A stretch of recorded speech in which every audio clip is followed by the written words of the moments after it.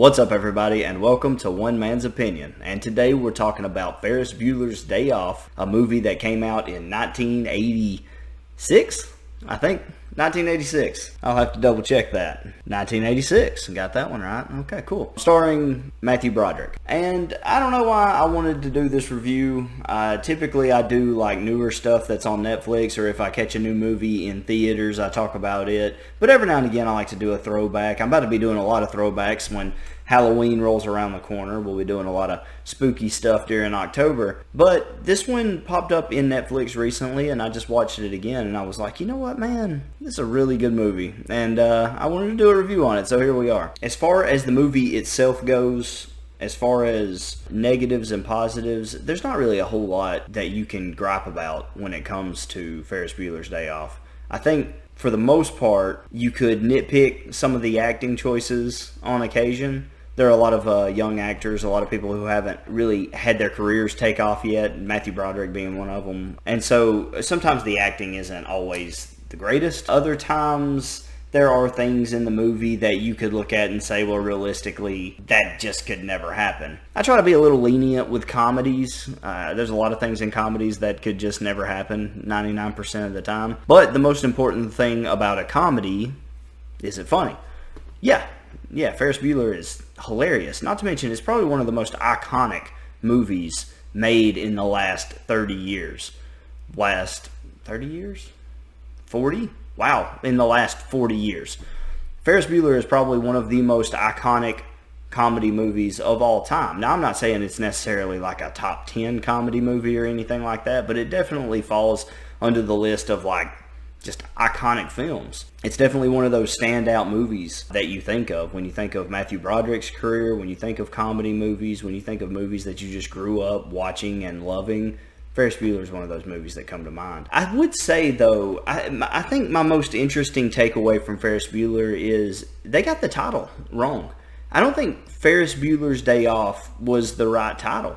I'm thinking that it should have been called Cameron's Day Off. And I know Ferris is he's like the main character. It's kind of it's filmed through the lens of Ferris Bueller. From start to finish, that's your main character. That's who you wake up with, and he's pretending to be sick. That's who you end the movie with at the end of the movie. And I know that it's through his decisions that the movie happens to begin with. But really, Ferris, he doesn't change at all. He doesn't have like a character arc, right? The Ferris Bueller you start off with at the beginning of the movie is the same Ferris Bueller that you have at the end of the movie. He hasn't really grown up any. He hasn't really changed any. Not much has happened. He wasn't caught. There's no real big moment of revelation. He has kind of a small moment with his sister, but that has more to do with her growth than his growth. Ferris doesn't really change at all. Also, Ferris Bueller's Day Off, well, as we learned from Edward Rooney, Ferris has missed. So far this semester, he has been absent 9 times. 9 times? 9 times. 9 times already throughout the school year. So saying that it's like his day off or whatever, yeah, it's his day off, but how many days on does he have? Apparently not very many. And so you take a step back and you look at it, and even Ferris himself says it at one point in the movie. He's talking to Cameron, and he's like, man, I wanted you to get out and have a good day. You deserve to have a good day. You deserve a day off. If anybody needs a day off, it's Cameron. He has a lot of things to sort out before he graduates. Can't be wound up this tight and go to college. His roommate will kill him. I think Cameron might have blown a microchip or two. He's always been a little keyed up. All I wanted to do was give him a good day. We're gonna graduate in a couple of months. It's Cameron's day off. It's Cameron's story of how he changes from being scared to being, you know what, I'm going to stand my ground. I'm going to stand up to my old man. You know what, I don't care what happens to this car. You know what, I did have a good time today. He was, he's all just nervous about everything, and he's sick at the beginning, but by the end he doesn't seem sick at all. And it has a lot to do with his head. He convinced himself that he was sick. He convinced himself that his dad hated him. He convinced himself that today wasn't going to be a good day, that he shouldn't skip, and that he shouldn't go to hang out with Ferris and all this other stuff. And Ferris kind of takes him on this trip that changes Cameron throughout the day. He sees Ferris doing all this stuff, being brave and out there, you know, dancing on the float and singing or lip syncing and, you know, all that stuff, and it changes Cameron. And Cameron is the one with the biggest story arc in this entire story, going from where he was at the beginning. He'll keep calling me. He'll keep calling me until I come over. He'll make me feel guilty. This is ridiculous, okay? I'll go.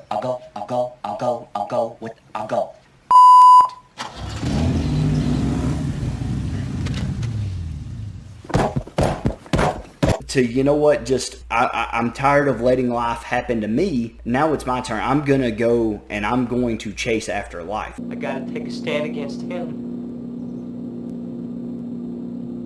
I am not gonna sit on my ass. As the events that affect me unfold to determine the course of my life, I'm gonna take a stand.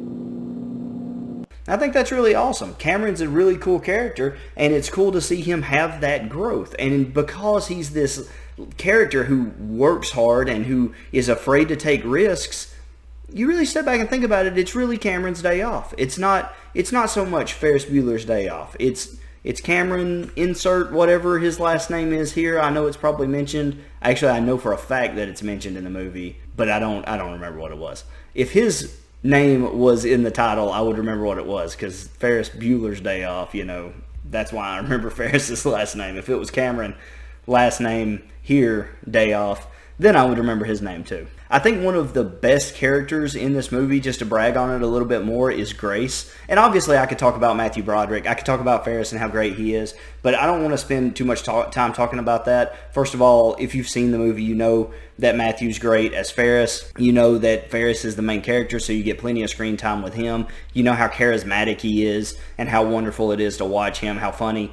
Everything that goes on throughout him and Cameron's day, how funny all that is.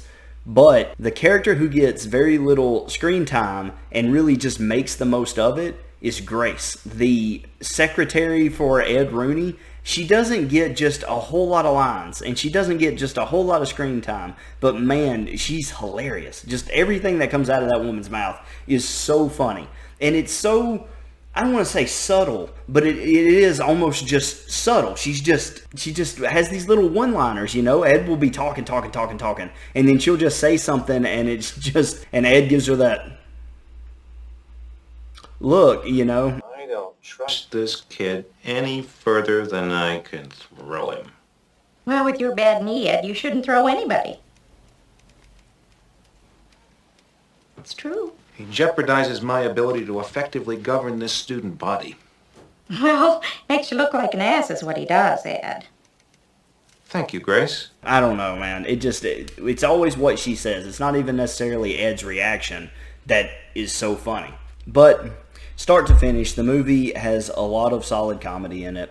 The movie has everything that I think you could want for this type of movie. It's kind of that coming-of-age story a little bit. Overall, there's very little to complain about. I love the movie. It's a great time. If you haven't seen Ferris Bueller's Day Off, you need to go check it out. Make sure that you give that movie a chance. I don't really know at what age you would cut off and say, I don't really like Ferris Bueller's Day Off. It's really a movie for anybody. It's really a movie that it feels like anybody could sit down and watch and have like a few laughs. And almost, man, watching a movie that came out in the mid-'80s, man, it reminds me of a simpler time. You know, it came out before I was born, but I was still born early enough that I remember life without the internet. I remember life before all of this. And so, man, looking back on that time period, it just, boy, it seemed like kids were able to be kids. And I know it's just a movie, and I know it's not real. I know it's not to be taken that seriously, but also it does remind you of a time that was just a lot simpler. And it maybe in a lot of ways harder, but in a lot of ways a lot easier too. But anyway, I'm giving Ferris Bueller's Day Off a 97 overall. All right,